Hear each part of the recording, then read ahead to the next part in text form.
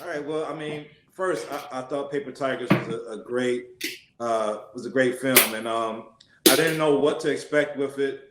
And my first question, which I've been kind of asking along the award circuit this year, is like, how do you feel about the diversity of storytelling that's happened with the advent of streaming? I feel like a lot of movies that were shot down because of box office potential and everything else, a lot of stories that would have been told have not, weren't told back in the day. And now we're getting a whole bunch of diverse stories that I feel like are real rich. And I think the Paper Tigers falls into that category. And I want to know, as actors, like, how do you feel about the change in storytelling with the advent of these streaming platforms and VOD like this is going on?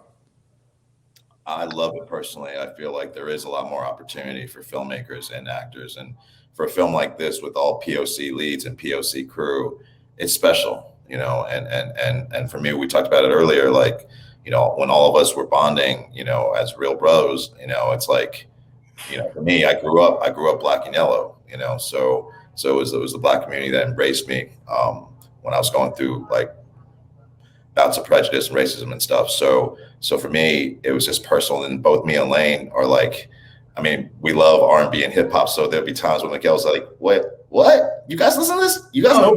Bro, like real, bro? Like for real. I'm like, wait. That's like 80s. Like you guys grew up on this. Like they knew the words better than me. And I'm like, hold up, that's my stuff now. Crazy, bro.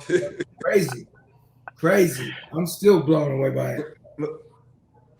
Look, like how was it for you growing up?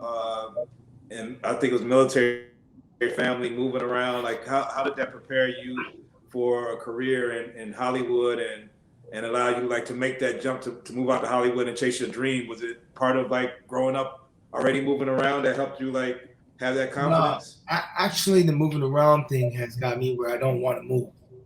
What really prepared me for it is the ideology that my father would wake me up like 4:30 every morning. Most kids, they sleep until 7. His whole concept was, you can do anything, but you can't do it while you sleep.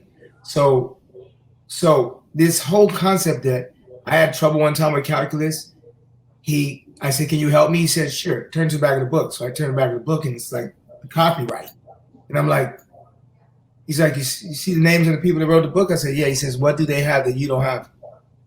I said, nothing. He said, well, then go ahead and get in and figure it out. So in that mindset, what he was teaching me was stop looking for help. Like you help yourself. Like you can do it. You just got to apply yourself. So with that attitude, when I walked in on the sets, I'd be like, well, I can do that.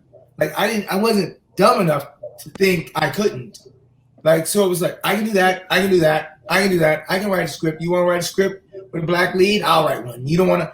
So like that mentality brought me to LA with a whole different kind of concept in my head, which is like, if you're passionate about what you want and it's real, it's that whole Nipsey, it's his whole philosophy. It's like, don't let nobody else define you. You define yourself. It's your dream. Don't expect anybody else to chase it for you. So like, I got here with a dream, and you can be part of that voyage, or you can be a spectator. But it's going to happen.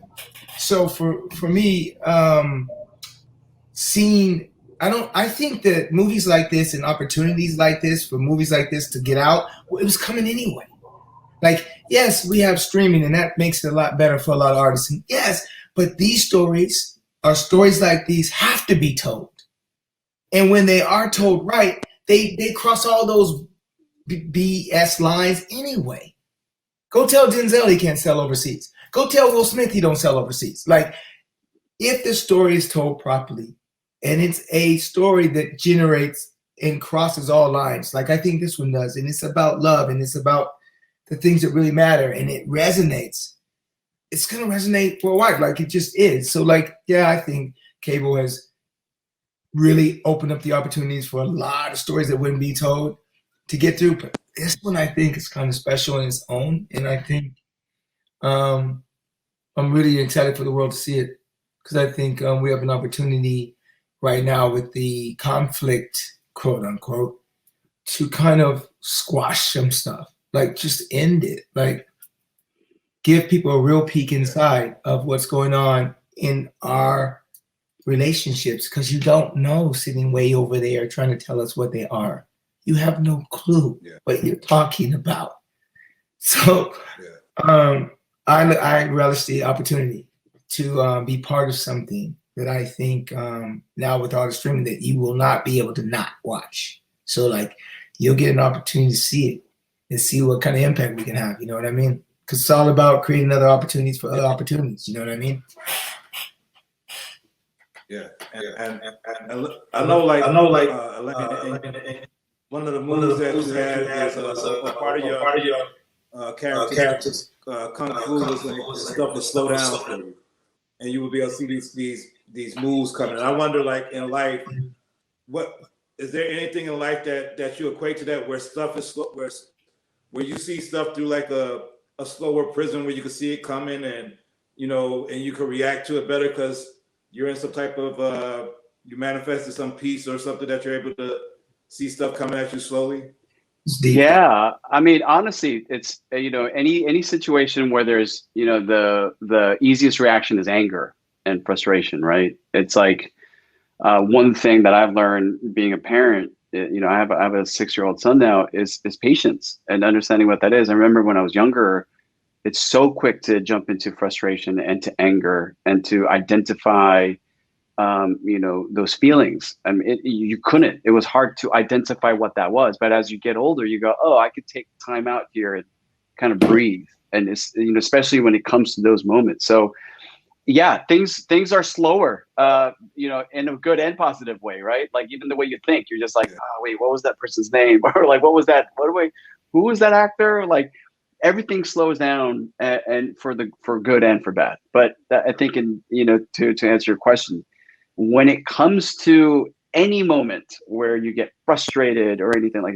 that's where the age, the wisdom, the experience comes in, and you go, wait a minute, this is going to pass. Everything in life is temporary. And those are the things that come through life lessons, is that, anything that you can, even when you're happy, it's like, this is great. Let's celebrate this moment. But it's not going to last very long. So yeah, those are the moments that would definitely slow down for me.